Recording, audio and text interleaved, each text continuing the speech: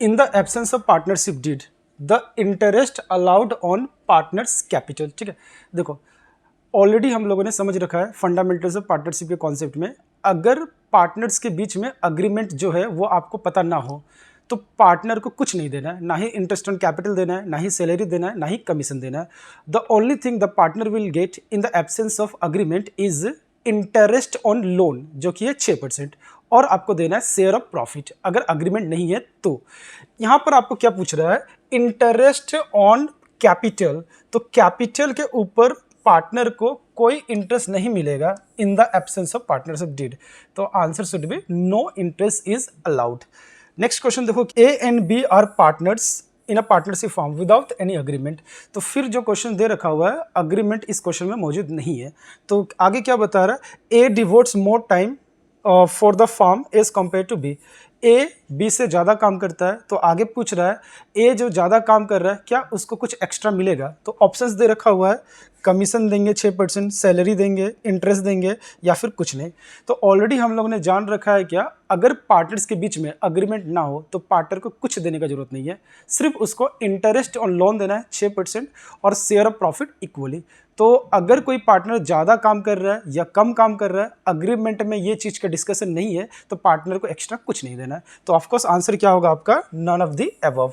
ठीक है, देखो नेक्स्ट क्वेश्चन क्या बता रहा है, और A and B are partners in a firm with capital of ₹1,80,000। A का कैपिटल 1 लाख है और बी का कैपिटल 80,000 है। आगे बता रहा है A introduce further capital of ₹40,000। तो ए ने पहले 1 लाख डाला था और उन्होंने फिर से 40,000 डाला है। तो क्वेश्चन क्या पूछ रहा है, what would be the interest on as capital if 6% interest is provided per annum. तो ए का यहाँ पे 2 कैपिटल है, एक तो बिजनेस का शुरुआत में 1 लाख है जिसके ऊपर आपको इंटरेस्ट देना पड़ेगा पूरा 1 ईयर का, और जो उन्होंने ड्यूरिंग द ईयर उन्होंने 40,000 कैपिटल एडिशनली डाला है, लेकिन डेट नहीं दिया हुआ है। तो मैंने ऑलरेडी एक्सप्लेन कर रखा है, अगर date of additional capital question में मेंशन ना हो तो आप 6 मंथ का इंटरेस्ट कैलकुलेट करोगे। तो फिर आंसर क्या होगा, ए का इंटरेस्ट ऑन कैपिटल कितना होगा, 1 लाख के ऊपर 6% लेना है आपको 1 ईयर के लिए, जो कि होता है 6,000, और उन्होंने जो एक्स्ट्रा 40,000 दिया है वो कब दिया है आपको पता नहीं, तो आप 6% 1 ईयर का नहीं लेगा, कितने मंथ का लेगा, 6 मंथ का लेगा, हाफ ईयर का लेगा। तो 6 और 12 कट जाएगा 2 टाइम्स में, 0 0 कट गया ना, तो ये 3, तो इसका आंसर हो जाएगा आपका 1200। तो इन दोनों को प्लस करेगा 6,000 एंड 1200 को, तो टोटल इंटरेस्ट शुड बी 7,200। तो ऑप्शंस देखते हैं कौन सा है, option C is the correct answer. देखो नेक्स्ट क्वेश्चन क्या बता रहा है, ऑन 1 अप्रैल 2021 एक्स का कैपिटल 2 लाख है, ऑन 1 अक्टूबर 2021 ही introduce additional capital of ₹1 lakh, interest देना है 6%, तो आपको कैलकुलेट करना है इंटरेस्ट। देखो पुराना क्वेश्चन और ये क्वेश्चन एकदम सिमिलर है, डिफरेंस क्या है, ऊपर वाले क्वेश्चन में एडिशनल कैपिटल उन्होंने कब डाला था ये मेंशन नहीं था, तो हम लोगों ने वहां पे 6 मंथ का इंटरेस्ट कैलकुलेट करा था, और इस वाले क्वेश्चन में एडिशनल कैपिटल उन्होंने कब डाला है वो क्वेश्चन में क्लियरली दे रखा हुआ है, ऑन 1 अक्टूबर उन्होंने एडिशनल कैपिटल डाला है। तो कैलकुलेट करते हैं, तो उनका बिगिनिंग कैपिटल कितना, ओपनिंग कैपिटल 2 लाख, इसके ऊपर आप इंटरेस्ट लोगे 6% फॉर 1 ईयर, जो कि हो जाता है 12,000। ठीक है, जो सेकंड कैपिटल यानी कि एडिशनल जो कैपिटल उन्होंने 1 लाख डाला है, तो उसके ऊपर इंटरेस्ट 6% लेना है फॉर द पीरियड। पीरियड कितना होगा, उन्होंने कब डाला, डेट दिया हुआ है, डेट कब है, अक्टूबर, तो अक्टूबर नवंबर दिसंबर जनवरी फरवरी मार्च 6 मंथ होता है, तो हम लोग को 6 मंथ का इंटरेस्ट यहाँ पे कैलकुलेट करना होगा। तो कितना हो जाएगा 6,000 और 6 मंथ का हो जाएगा 3,000, तो टोटल इंटरेस्ट हो जाएगा आपका 15,000। तो देख लो कौन सा ऑप्शन 15,000 है, option D is the correct answer. देखो नेक्स्ट क्वेश्चन क्या कहता है, if fixed amount is withdrawn by a partner in the middle of every month, interest on the total amount is charged for days month। तो already मैंने ये सिखा रखा है, ये मंथली ड्रॉइंग का केस है।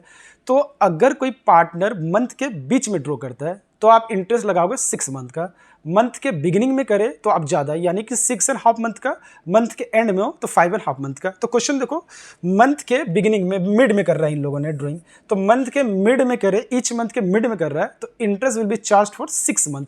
तो करेक्ट ऑप्शन 6 मंथ कौन सा है? ये option A is the correct answer. तो नेक्स्ट क्वेश्चन बता रहा है, if fixed amount is withdrawn by a partner on the first day of every month. तो ऑलरेडी मैंने समझा रखा है, अगर महीना के शुरुआत में विद्रो करे तो आप कितना टाइम का इंटरेस्ट लगाओगे? 6.5 मंथ का। तो 6.5 month is the correct answer.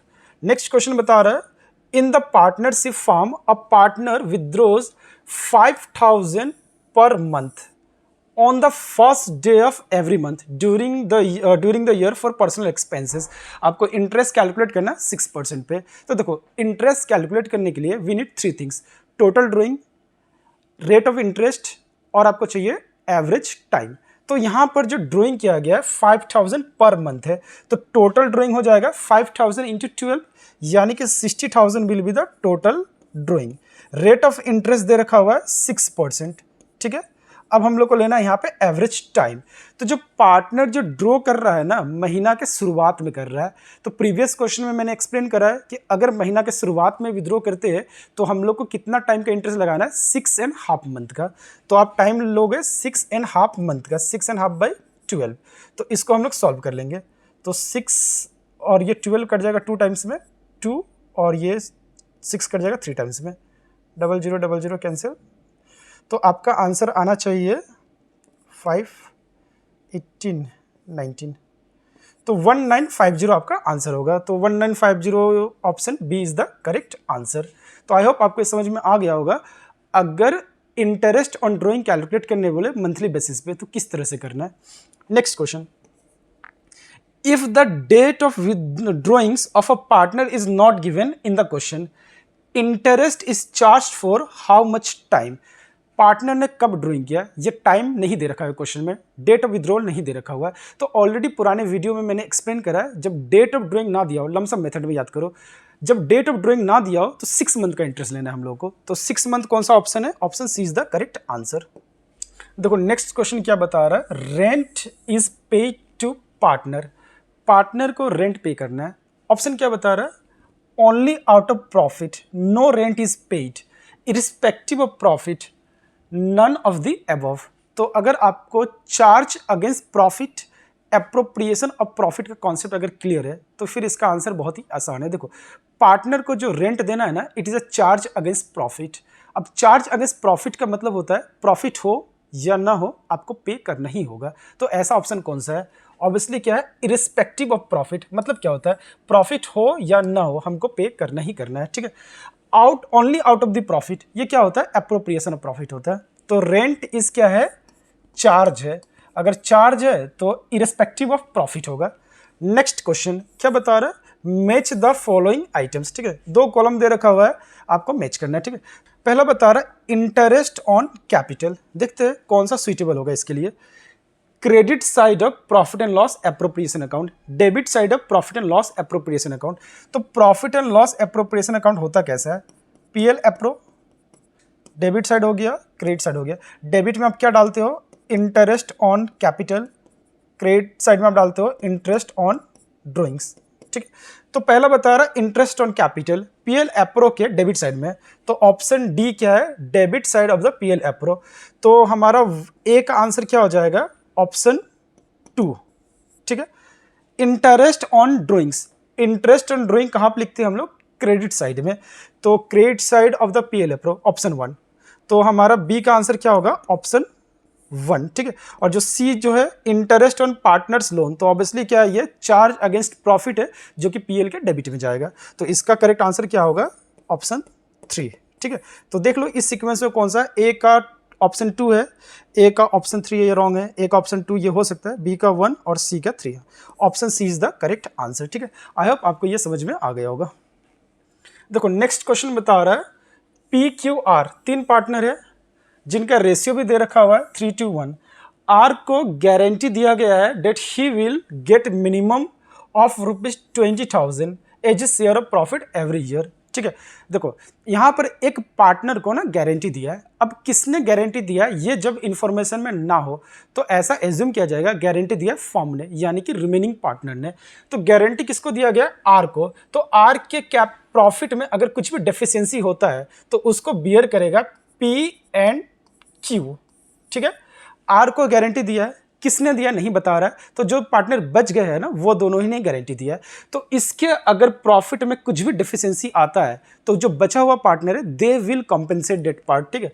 तो बता क्या रहा है, द फर्म का प्रॉफिट है 90,000। तो देखते हैं 90,000 प्रॉफिट है, जिसको पहले तो आप डिवाइड कर दो पी क्यू आर के बीच में, उनके रेशियो में। रेशियो क्या है? 3:1। तो 3:1 के रेशियो में जब डिवाइड करोगे तो इसको मिलेगा 90 कितना प्रॉफिट था? 90,000। 90,000 में इसको मिलेगा 3 आउट ऑफ 6, 90,000 में इसको मिलेगा 2 आउट ऑफ 6, 90,000 में इसको मिलेगा 1 आउट ऑफ 6।